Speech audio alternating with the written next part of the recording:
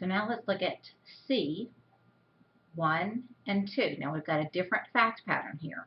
So let's take a look at it, and it reads, the 320-acre gas unit, so we've got a gas unit, is producing, and all leases are beyond the primary term. So we have no expiration dates in this particular hypothetical because they're all past the primary term.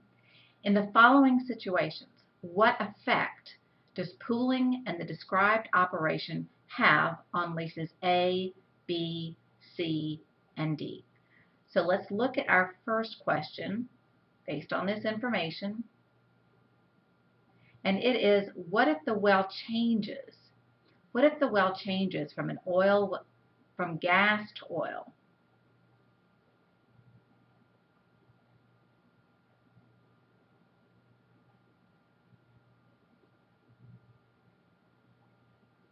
So what if the well changes from gas to oil due to natural causes? Well, as far as lease A is concerned, it's going to be held by production because we don't care if the well is drilled on the land of the lessor, whether it's oil or gas. That's not going to impact this lessor.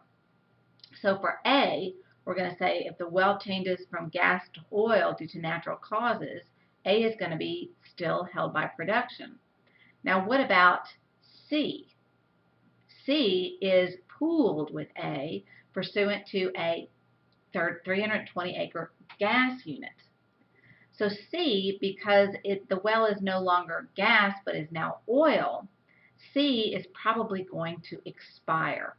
Now, you have to look at your lease provisions for this, because if you look at the Exxon lease on page 190, the highlighted portion of that page, it says, provided that if after creation of a pooled unit, a well or mine is drilled on the unit area other than on the land covered hereby and included in the unit, which well is not classified as the type of well for which the unit was created, oil, gas, or other mineral, as the case may be, such well or mine shall be considered a dry hole for purposes of applying the additional drilling and reworking and resumption of delay rental provisions of paragraph 6.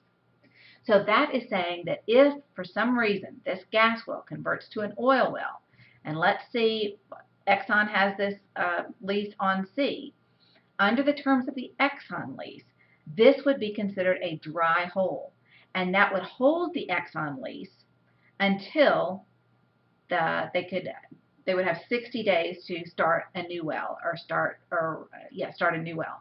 So within 60 days, if there's production, that well is going to be HBP. If there's no production after 60 days, then under the continuous operations, they might get another 60 days, depending on the terms of the lease itself. So now what if the well goes dry and you recomplete as an oil well in a new zone? So it's a gas unit. Now we're going to recomplete as an oil well. A, again, no impact. That's going to be HBP because it doesn't matter whether it's an oil well or a gas well. And C is going to be under, you complete as an oil well in a new zone, that's going to be under the Exxon lease, a continuous operation. So they're going to have 60 days from this dry hole, this alleged dry hole, which is really now a new product being produced, oil instead of gas. They're going to have 60 days from for the dry hole clause. 60 days from the date that this well is drilled or completed as an oil well in a new zone. They have 60 days, and then if it's successful, it's going to be HBP.